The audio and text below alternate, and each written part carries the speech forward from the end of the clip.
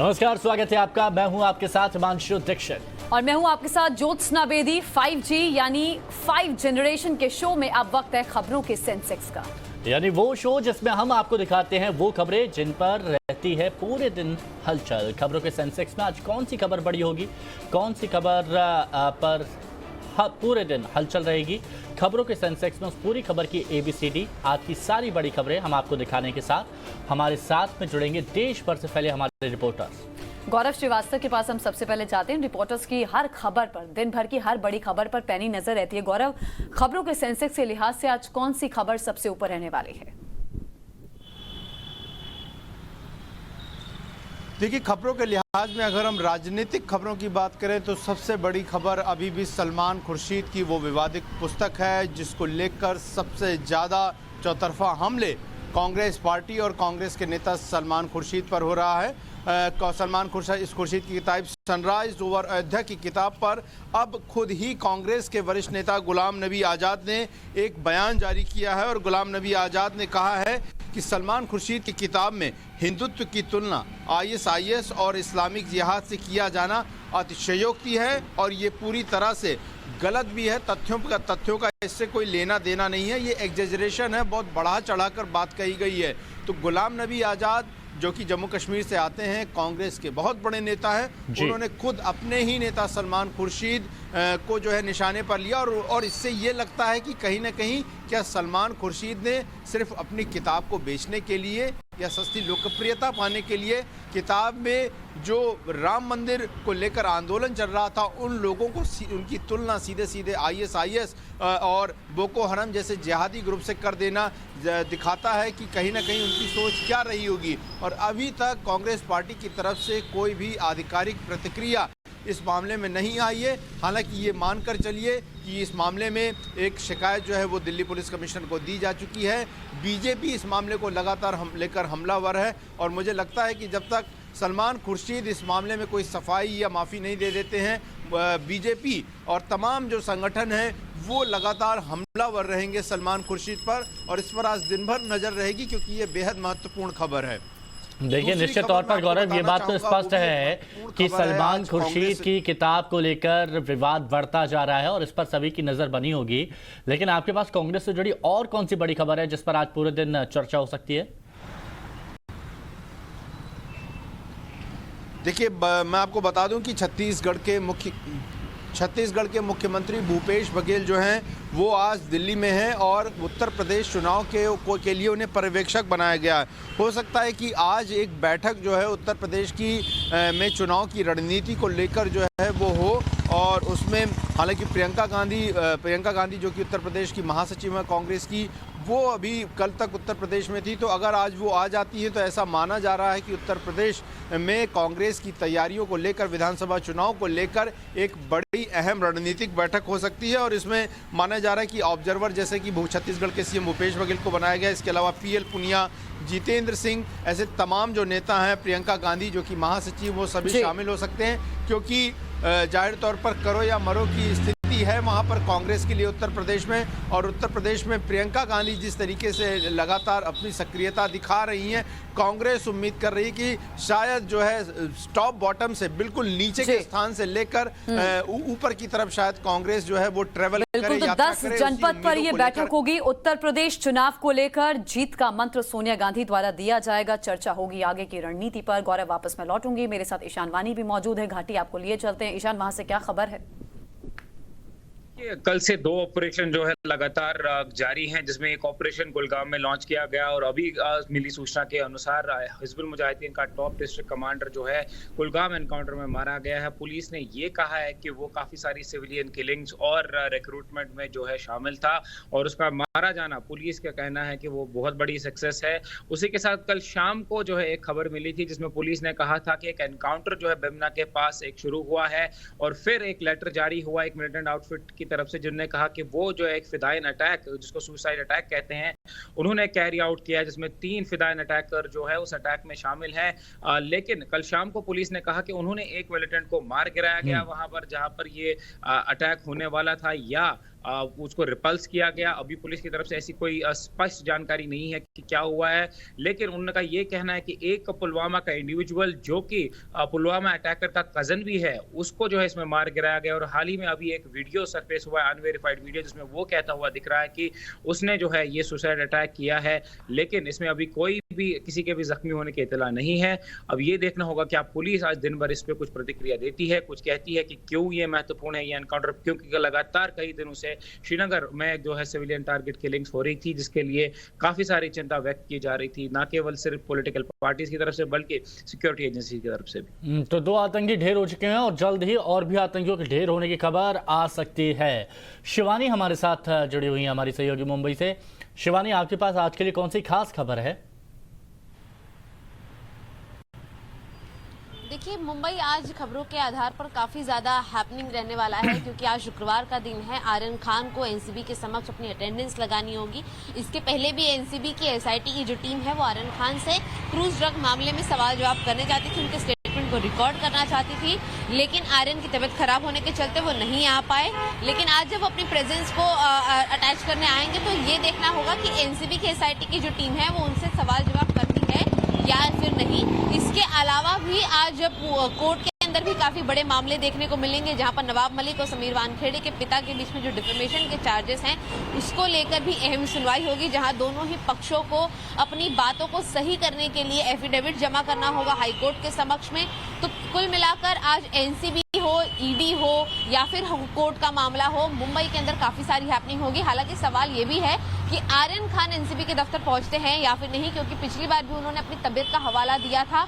इसीलिए अगर आज वो नहीं आते हैं तो ये पहली उस कंडीशन का उल्लंघन होगा जिसके आधार पर उन्हें बेल मिली है, और अगर वो आते हैं तो एसआईटी उनसे सवाल जवाब करती है या नहीं, ये देखने वाली बात होगी। और ये जो बाकी के लोग हैं, केपी गोसावी, पूजा ददलानी, क्या इन लोगों से भी पूछताछ की कोई खबर है आपके पास शिवानी? प्लस ईडी की छापेमारी, नवाब मलिक के विभाग से जुड़ी कुछ छापेमारी की खबर भी कल सामने आई थी, इससे मुताल्लिक क्या अपडेट है? देखिए, ईडी ने कल कुल 5 से 6 जगहों पर पुणे में छापेमारी की थी, जिसको लेकर नवाब मलिक ने प्रेस कॉन्फ्रेंस करके भी ये साफ कर दिया कि वो अगर ईडी उनके घर आती है या उनकी किसी भी जुड़ी हुई चीज पर छापेमारी करती है तो वो उनका स्वागत करेंगे। हालांकि उन्होंने ये क्लियर किया कि ये उनसे जुड़ी हुई किसी प्रॉपर्टी के ऊपर रेड नहीं थी, ये एक अन्य कंपनी के ऊपर रेड थी। हालांकि ईडी की रेड शुरू है। आज अनिल देशमुख के मामले में एक बहुत इंपॉर्टेंट चीज आती है, क्योंकि ईडी की जो कस्टडी अनिल देशमुख द्वारा दी गई थी, कोर्ट ने अनिल देशमुख की कस्टडी ईडी को दी थी, आज वो खत्म होती है। इसका मामला भी कोर्ट में जाएगा, उन्हें कोर्ट के समक्ष पेश किया जाएगा। ईडी जाहिर सी बात है अपनी कस्टडी जो है और बढ़ाने की गुजारिश करेगी, लेकिन कितने दिन की कस्टडी मिलती है ये देखने वाली बात होगी, क्योंकि पिछली बार पीएमएलए कोर्ट में ईडी की कस्टडी को खारिज करके अनिल देशमुख को जुडिशियल कस्टडी भेजा गया था, जिसके बाद वो आर्थर रोड जेल गए थे। लेकिन जब ईडी हाई कोर्ट पहुंची थी तब उन्होंने उनकी कस्टडी ईडी की गिरफ्त में ली, जहां पर आज वो ईडी की कस्टडी खत्म होती है। तो देखना ये होगा कि क्या अब इनकी ईडी की कस्टडी आगे बढ़ती है या फिर वो जुडिशियल कस्टडी में जाते हैं। वही बात अगर अब नवाब मलिक की जाए तो नवाब मलिक कुल मिलाकर पूरी तैयारी में है। उन्होंने कहा कि ईडी की छापेमारी हो या फिर एनसीबी का वार हो या फिर कोई राजनीति हो रही हो, वो हर किसी का जवाब देंगे। हर दिन नवाब मलिक कुछ नया लेकर आते हैं और नवाब मलिक और समीर वानखेड़े के बीच का ये मामला है, ये गर्माता जा रहा है और अभी और भी गर्माने वाले वक्त में होगा। रविकांत हमारे साथ जुड़े हुए। रविकांत, आपके पास आज के लिए कौन सी बड़ी खबर? देखिए हिमांशु, खबरों के सेंसेक्स में आज 2 बड़ी और महत्वपूर्ण खबरें हैं। पहली खबर प्रधानमंत्री नरेंद्र मोदी से जुड़ी हुई है और दूसरी खबर उत्तर प्रदेश विधानसभा चुनाव से जुड़ी हुई है, जहां पर केंद्रीय गृह मंत्री कल उत्तर प्रदेश के दौरे पर रहने वाले हैं। सबसे पहले हम जिक्र कर लेते हैं उत्तर प्रदेश विधानसभा चुनाव की, क्योंकि आपको पता है कि 2014 में केंद्रीय गृह मंत्री यूपी के प्रभारी महासचिव थे, इसलिए यूपी की नब्ज उन्हें बखूबी पता है और एक तरीके से इनडायरेक्ट कमांड जो है उत्तर प्रदेश विधानसभा चुनाव की एक बार फिर अमित शाह के हाथ में आ गई है। कल वो काशी में रहेंगे, प्रधानमंत्री की कॉन्स्टिट्यूएंसी है वाराणसी, और जितने भी जिला अध्यक्ष हैं, बूथ लेवल के जो अध्यक्ष हैं, इसके साथ ही प्रभारी और जो अलग अलग जोन में यूपी को डिवाइड करके जिम्मेदारी संगठन के लोगों को दी गई है, उन सभी लोगों के साथ कल एक बड़ी और महत्वपूर्ण बैठक वाराणसी में होने जा रही है उत्तर प्रदेश विधानसभा चुनाव को लेकर। हालांकि अमित शाह का जो आधिकारिक कार्यक्रम है वो होम मिनिस्ट्री का है, जहां पर वो राजभाषा कमेटी की एक बैठक लेने वाले हैं, लेकिन उत्तर प्रदेश विधानसभा चुनाव से ये जुड़ी हुई बड़ी खबर है कि कल अमित शाह ये तय करेंगे कि उत्तर प्रदेश की रणनीति को किस तरीके से अंजाम दिया जाएगा। और जितने भी बड़े पदाधिकारी हैं वो वहां पर मौजूद रहेंगे। अगले दिन उनको आजमगढ़ जाना है, जहां से जो समाजवादी पार्टी के राष्ट्रीय अध्यक्ष अखिलेश यादव हैं, वो वर्तमान में सांसद हैं, उनके गढ़ में सेंध लगाने के लिए भारतीय जनता पार्टी पूरी तरीके से तैयारी कर रही है। कार्यकर्ताओं को जीत का मंत्र गृह मंत्री अमित शाह द्वारा दिया जाएगा। तो प्रधानमंत्री के संसदीय क्षेत्र वाराणसी से गृह मंत्री चुनावी बिगुल फूंकने जा रहे हैं, वहीं प्रधानमंत्री आज तोहफा भी देने वाले हैं। क्या खबर है इस मुतालिक आपके पास रविकांत? देखिए, दूसरी खबर ज्योत्सना जो है वो प्रधानमंत्री से ही जुड़ी हुई है। अब तक जो है जो बड़े इन्वेस्टर्स होते थे उनको जो है जो सरकारी प्रतिभूतियां होती थी उनमें इन्वेस्टमेंट की इजाजत होती थी, लेकिन आज छोटे और स्मॉल इन्वेस्टर्स के लिए बड़ा तोहफा प्राइम मिनिस्टर नरेंद्र मोदी देने जा रहे हैं। वीडियो कॉन्फ्रेंसिंग के माध्यम से ही ये कार्यक्रम लॉन्च किया जाएगा। आरबीआई रिटेल डायरेक्ट स्कीम, इसको प्रधानमंत्री इनॉग्रेट करने जा रहे हैं। और अब तक जो इन्वेस्टर्स थे, बड़े इन्वेस्टर्स जैसे बैंक हो गए, कोई बड़ी प्रतिभूतियां हो गई, वो गवर्नमेंट बॉडीज में इन्वेस्ट करते थे, लेकिन अब रिटेल और स्मॉल इन्वेस्टर्स के लिए बड़ा तोहफा जो है आरबीआई की तरफ से दिया जाएगा और प्रधानमंत्री इस कार्यक्रम को लॉन्च करने वाले हैं। इसे आसान शब्दों में समझा जाए तो जो मीडियम इन्वेस्टर हैं, स्मॉल इन्वेस्टर्स जिन्हें हम कहते हैं, वो भी अब सरकार की किसी भी बॉडी में इन्वेस्ट कर सकते हैं। ऑनलाइन उनको अपना अकाउंट ओपन करना होगा। ये पूरा का पूरा जो अकाउंट है वो आरबीआई मैनेज करेगा।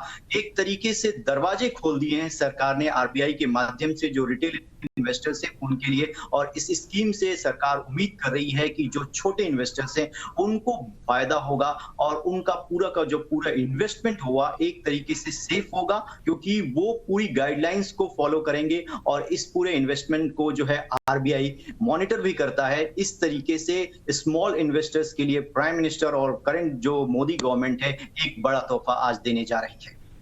आदर्श भी हमारे साथ में मौजूद है, हमारे सहयोगी। आदर्श, आपके पास खबरों के सेंसेक्स के लिहाज से कौन सी बड़ी खबर?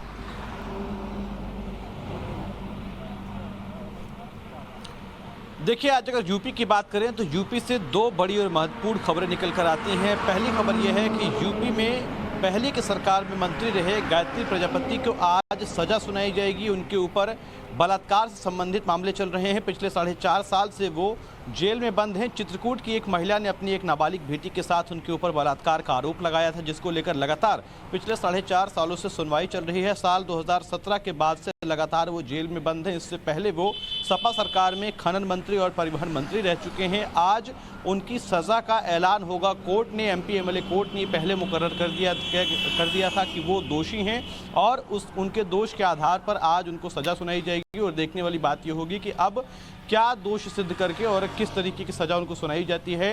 दूसरी खबर जो है वो जीका वायरस को लेकर है। आपको पता होगा कि पहले से ही यूपी में जीका वायरस का जो प्रकोप है वो बेहद ज़्यादा है। कानपुर में 105 से ज़्यादा केसेस जो हैं वो सामने आए थे, जिसको लेकर मुख्यमंत्री योगी आदित्यनाथ खुद अभी कुछ दिनों पहले ही वहां पर गए थे और लोगों से मुलाकात भी की थी। इतना ही नहीं, जीका वायरस को कंट्रोल करने को लेकर एक बैठक भी की थी, जिसमें उन्होंने कैसे रोका जाए और आगे क्या तकनीकी है, क्या प्रणाली है, उसको लेकर उन्होंने बातचीत की थी।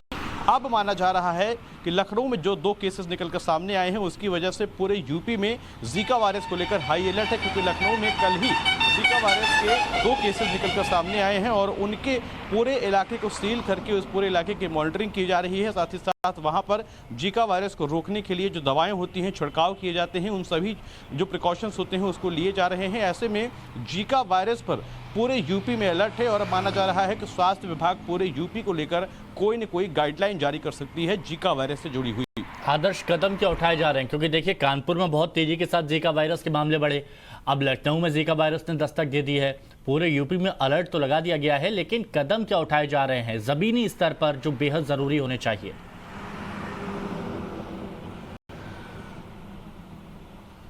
देखिए, सबसे पहले मैं आपको बता दूं कि जिन कोविड अस्पतालों को कोविड के समय में बनाया गया था, उन सभी कोविड कंट्रोल सेंटर्स को, कोविड अस्पतालों को जीका वायरस के लिए प्रिपेयर किया जा रहा है। यानी अगर ऐसी स्थिति बनती है कि जीका वायरस के जो केसेस हैं वो ज़्यादा बढ़ते हैं तो उन कोविड अस्पतालों को जीका वायरस के इलाज के लिए इस्तेमाल किया जा सके।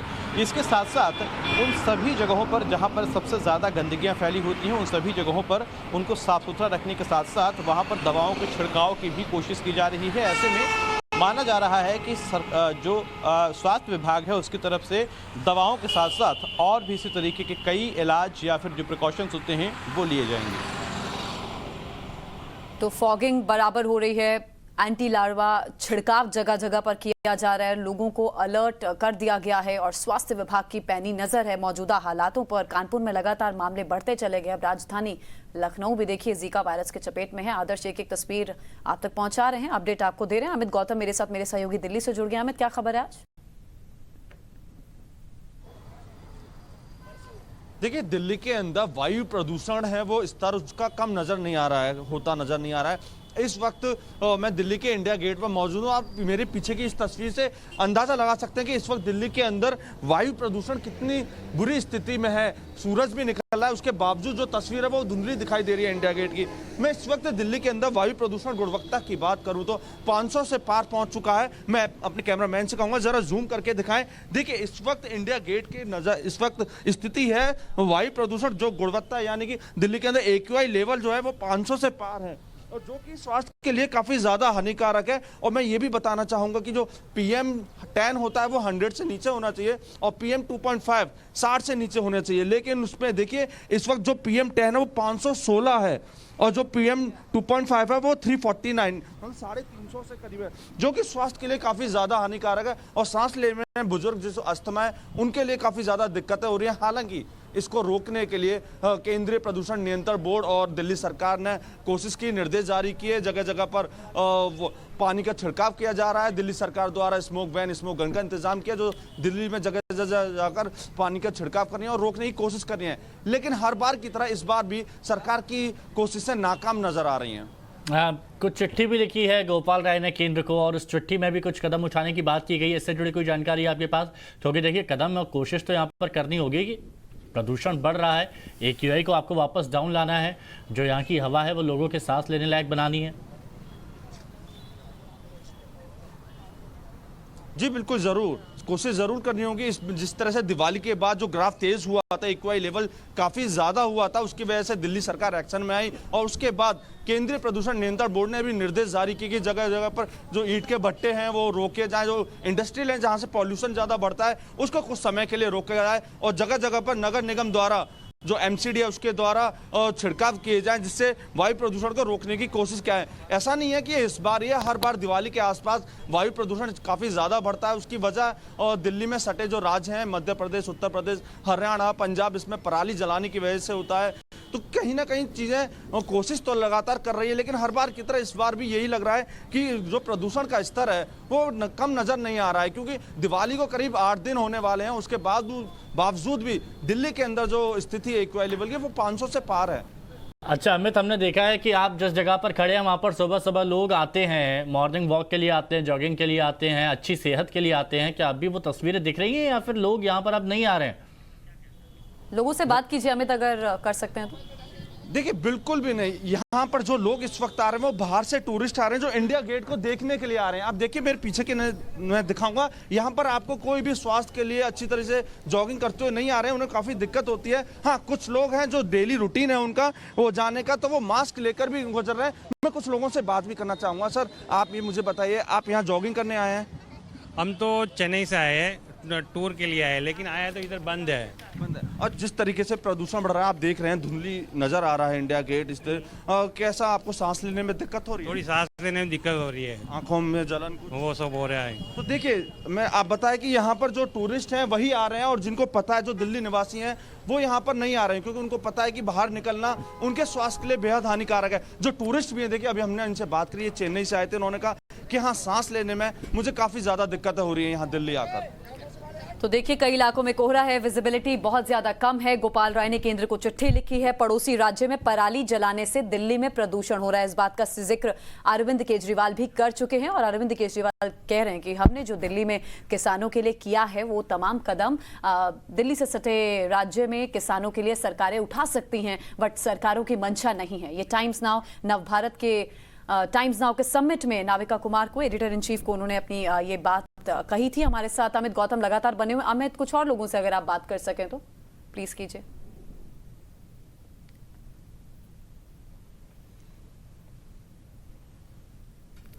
हूँ यहाँ पर जो दिल्ली निवासी हैं, यहाँ पहले ये जो कुछ दिवाली से पहले का आप नज़ारा देखेंगे तो यहाँ पर लोग टहलने आते थे, सुबह सुबह जॉगिंग करने आते थे, अपने शरीर को फिट रखने के लिए आते थे।